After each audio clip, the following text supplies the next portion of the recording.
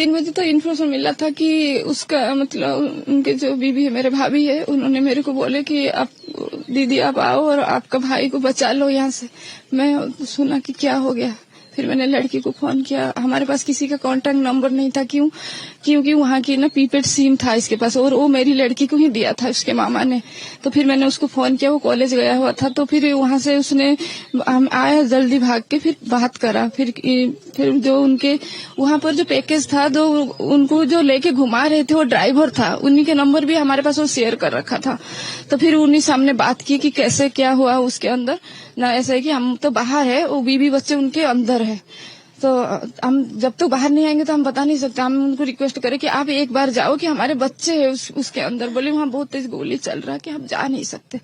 फिर हमने कहीं से कहीं मीडिया वाला इधर उधर कनेक्ट करके फिर हमने कि मीडिया वाला का नंबर लिया कि वो हमारे उड़ीसा की भाई थी वहाँ पर, कि मेरे एक भाई वहाँ रहते हैं। तो उन्होंने फिर सारा कांटेक्ट करे, फिर वहां से हमने मीडिया से नंबर लिए कि हाँ, बोले उन्होंने कि एक आदमी की डेथ हो चुकी है।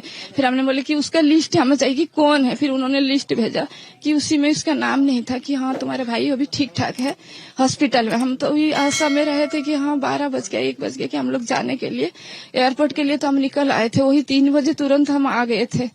फिर वहां से कोई सुविधा नहीं हो पा रहा था कि वहां जाने के लिए। प्रशासन सबसे हमने बात कर ली कि हम वहां पे जाना है चाहे कितने भी पैसा लग जाए। बोले वहां पे तुम्हें जाने की कोई रास्ता नहीं है। तो फ्लाइट सब रद्द कर दिया गया था। फिर हम लोग बोले कि कैसे क्या करेंगे। फिर वहीं से जोगाजोग करते गए, जैसे कोई किसी के रिश्तेदारों में। मेरे एक फ्रेंड थी वहाँ मिलिट्री में पहले था, तो उसी के कोई फ्रेंड थे, फिर उनसे फिर वो बात किया। तो उन्होंने बताया कि आपके एक उड़ीसा की लड़का है, हमें बोले कैसे पता चला कि उसकी ना गोली लग गई, कहाँ पे ना सिर पे लगा है। उसने उसको बताया, तो उन्होंने मुझे फोन में उसको 2 दिन पहले बताया था कि मेरे भाई और भाभी श्रीनगर जा रहे, तू वहाँ पे है। मेरी फ्रेंड थी। तो फिर उसने बोला कि नहीं मैं तो सीलन में हूँ। तो फिर मैंने बोली कि वो मेरे को फोन किया कि तुम्हारे भाई और भाभी गए थे और मैंने अभी सुना कि हमारे बालेश्वर के एक लड़का को गोली लगा है। मैं बोली क्या नाम था उसके? नाम तो कोई डिस्प्ले हो नहीं रहा, हम लोग देख रहे थे न्यूज बराबर देख रहे थे, कुछ हो ही नहीं रहा था। तो बोली कि वो न्यूज चैनल वाला ना छुपा रहे हैं। फिर हमने वहां से अंदर से बात किए है कि उनके सिर पे यहाँ पे गोली लगा है। तो हम बोले कि वो ठीक है कि नहीं हमें इतना बता। बोले ठीक है तू फोन कर, मैंने वहाँ बात करता हूँ कि ठीक है कि नहीं, पता लगा कि फिर आप लोग को मैं बताता हूँ। तो फिर उन्होंने अंदर से बात करी तो पता लगा, उसको पता चल गया था कि वो उसी टाइम ही उसी का डेथ हो गई थी। और उसने मुझे नहीं बताया कि हाँ कहाँ पर है तुम लोग। मैं बोली कि हम दिल्ली एयरपोर्ट पे है।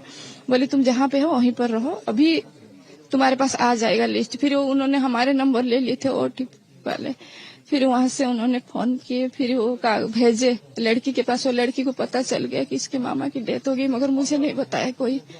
तो फिर मैंने बोला कि हम कैसे उनके पास जाएंगे। फिर वो बीवी बच्चे दोनों अलग अलग थे, बीवी को अलग रख दिए थे।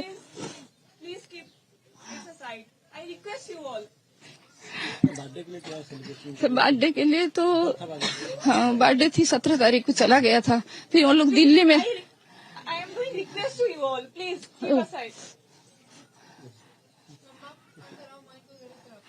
फिर वो दिल्ली आके मेरे पास 2 दिन रुकने वाला था। उनके फ्लाइट थी श्रीनगर से गुरुवार को फ्लाइट थी उनका। फिर वो हमारे पास आने वाले थे कि गुरुवार की शाम को 3:15 पे फ्लाइट थी, दिल्ली में लैंड करता।